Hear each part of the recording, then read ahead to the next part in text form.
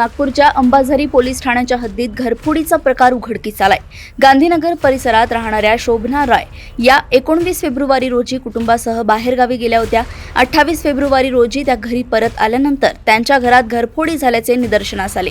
अज्ञात चोरट्यांनी घरातून सुमारे 35,000 रुपयांचा मुद्देमाल चोरून नेल्याची तक्रार त्यांनी अंबाझरी पोलीस ठाण्यात दाखल केली होती। या प्रकरणाचा तपास करत पोलिसांनी 2 आरोपींचा शोध घेऊन त्यांना ताब्यात घेतलंय। आरोपींकडून एकूण 90,000 रुपयांचा मुद्देमाल जप्त करण्यात आला असून पुढील तपास सुरू आहे।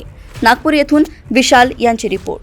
पोलीस ठाणे अंबाझरी अंतर्गत फिर्यादी शोभना राय आहे, ह्या आपल्या गांधीनगर अंतर्गत राहतात। ह्या त्यांच्या परिवारासह दिनांक 19/2/2026 रोजी परिवारासह बाहेरगावी गेलेले होते आणि 28/2 ह्या ज्यावेळेस त्यांच्या घरी आल्या त्यावेळेस त्यांच्या घरी घरफोडी झाल्याचे लक्षात आले, ज्यामध्ये त्यांचे मोबाईल, 2 ब्रास हत्ती, blow dryer, smart watch, wireless earphone, सोन्याची नथ, नगदी 10,500 रुपये आणि काही कागदपत्र असं एकूण 36,000 रुपयाचा माल चोरी गेल्याची त्यांनी तक्रार दाखल केलेली होती।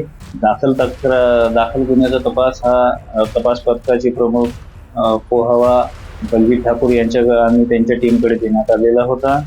तांत्रिक पुरावे आणि गोपनीय सूत्रधारांच्या मार्फतीने त्यांनी सदर घरफोडी उघडकीस आणली, ज्यामध्ये आतापर्यंत आरोपीकडनं मोबाईल, स्मार्टवॉच, ब्लो ड्रायर, तांब्याचे तार आणि एक हिरो कंपनीची मोटरसायकल आणि ॲपल कंपनीचा मोबाईल असा एकूण 90,000 रुपयाचा मुद्देमाल जप्त करण्यात आलेला आहे। यामध्ये आता पाहतो वैभव संजय वांद्रे व 19 वर्ष राहणार संजय नगर पांढराबोळी व रोहित चंद्रभान बानेवार व 19 वर्ष राहणार संजय नगर पांढराबोळी अशा 2 आरोपींना अटक करण्यात आलेली आहे। त्यापैकी वैभव वांद्रे हा रेकॉर्डवरील आरोपी आहे। त्याच्यावर यापूर्वी पण एक घरफोडी आणि एक शरीराविरुद्धचा गुन्हा नोंद आहे। आरोपींना अटक करून कस्टडी घेण्यात आलेली आहे।